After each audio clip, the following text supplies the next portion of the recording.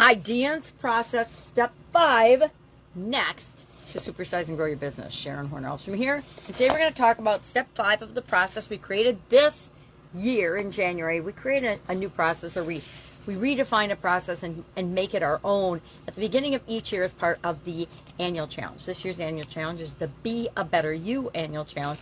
We're doing one thing every day to be a better person, a better version of ourselves. And we're using the IDEANCE process on the life framework area each month as a way of achieving a goal that we really, really want, a big, hairy, audacious goal by the end of the year, or as a way of dealing with a financial challenge that we're having. Financial this month, but maybe it's a mental or an emotional or a spiritual challenge. Whatever it is for you, each month we focus and we pick one thing, either a goal or a challenge we want to achieve by the end of the year. So we picked our financial goal or challenge a couple of days ago, and now we're on step 5 of the process. And that step is next. What's next? Well, what we want to do on this step is we want to reflect and ask ourselves, well, how did the action that we took yesterday work toward moving us to filling the gap between where we are and where we want to be? Did we pay off the debt? Did we, or did that step help us to pay off the debt or find the funding or plan the project, whatever it is financially that we want to do and that our goal or our challenge area is?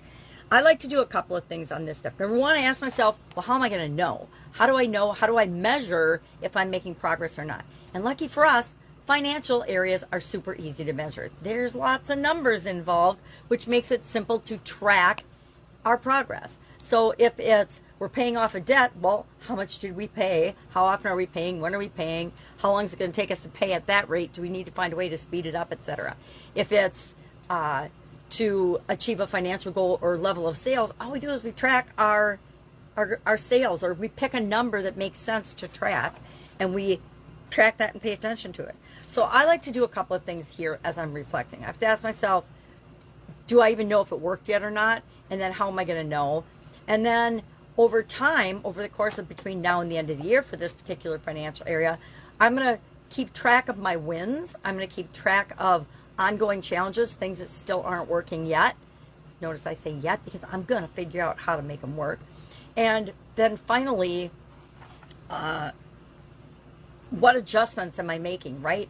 A lot of times we have a plan, we implement the plan, but we don't document the journey along the way. So we tweak and we change and we test and we make adjustments, but we lose track of those. So next time we're faced with a similar situation, it's like we're reinventing the wheel and we're having to do the same thing over again. But if we document our journey, we have a reference to go back to and say, oh, well, this is what we did last time that worked. So instead of having to try 5 things, you just go to the last thing that worked, you try that first. Good idea. Great time saver and productivity enhancer. So today, what are we going to do? We're going to ask ourselves, did the action that we took yesterday work? Do we not know yet? Now, if we don't know yet, or if it didn't work, what are we going to do today?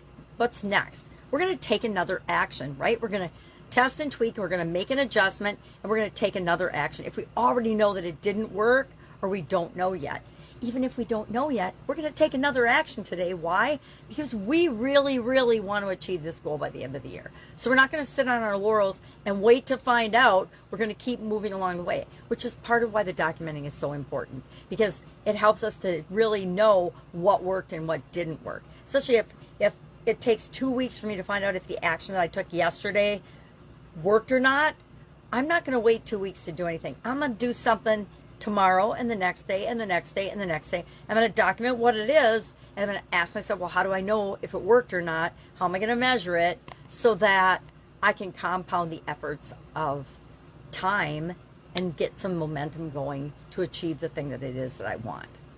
All right, any questions about this? Hit me up and ask. All we're doing is we're writing down wins, how are we going to know, how are we going to measure it, adjustments we make along the way, so document the journey along the way. Why? Because it helps us be more effective next time. All right, have an awesome day, and I'll, of course, be with you tomorrow.